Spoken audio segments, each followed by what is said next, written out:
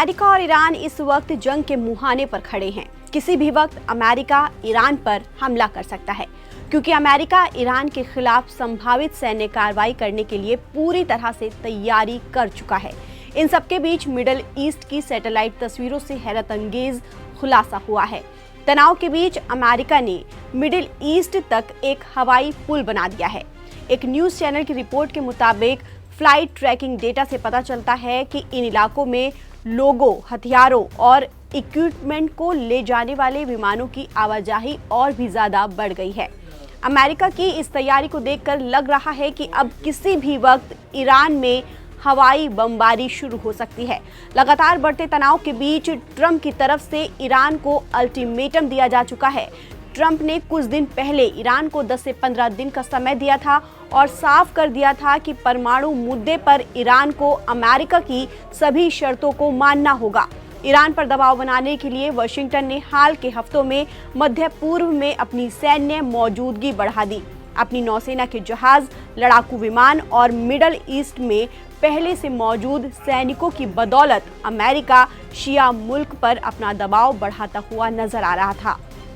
America चाहता है कि ईरान अपने परमाणु हथियारों की आकांक्षाओं को छोड़कर एटमी वेपन्स बनाने से तौबा कर ले, लेकिन ट्रंप की धमकियों के आगे ईरान झुकने को तैयार नहीं है। वो चोरी छिपे न्यूक्लियर वेपन बनाने की पूरी तैयारी कर रहा है, लेकिन वहीं ईरान का कहना है कि उसका परमाणु कार्यक्रम पूरी तरह से शांतिपूर्ण उद्देश्यों के लिए है। वहीं पूर्व CIA अधिकारी जॉन किरियाको ने एक पॉडकास्ट में सनसनीखेज दावा किया कि भले ही ट्रंप ने ईरान को 10 दिन की समय सीमा दी हो, लेकिन हमला उससे पहले भी हो सकता है।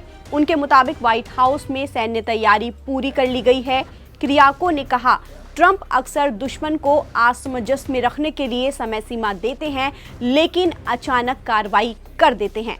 दोनों देशों के प्रतिनिधियों के बीच अब तक 2 दौर की बातचीत हो चुकी है, लेकिन कोई फायदा नहीं हुआ है।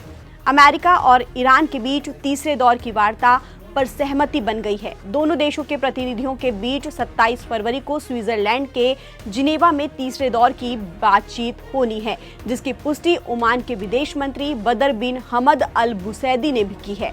ट्रंप के अल्टीमेटम के मुताबिक ईरान के पास 5 मार्च तक की ही डेडलाइन की संभावना जताई जा रही है कि डेडलाइन के खत्म होने तक अगर दोनों देशों में सहमति नहीं बनी तो अमेरिका ईरान पर हमला कर सकता है। वहीं ईरान की सेना भी युद्ध की तैयारियों में जुटी हुई है। कुछ दिन पहले ही खुफिया सूत्रों से खबर आई थी कि अगर अमेरिका की तरफ से ईरान पर हमला किया जाता है तो ईरान के सुप्रीम लीडर अली खामेनेई और उनके सबसे बड़े बेटे मुस्तफा खामेनेई को निशाना बनाया जा सकता है। ईरान में एक बार फिर छात्र विरोध प्रदर्शन शुरू हो गए हैं, जिससे तनाव एक बार फिर बढ़ गया है। विशेषज्ञों का मानना है कि अगर कूटनीतिक वार्ता विफल रही तो अमेरिका सीमित हवाई हमले या साइबर ऑपरेशन जैसी रणनीति अपना सकता है। हालांकि ऐसा कदम पूरे मध्य पूर्व को बड़े युद्ध की ओर धकेल सकता है, जिससे वैश्विक तेल बाजार और अंतर्राष्ट्रीय सुरक्षा पर गंभीर असर पड़ेगा।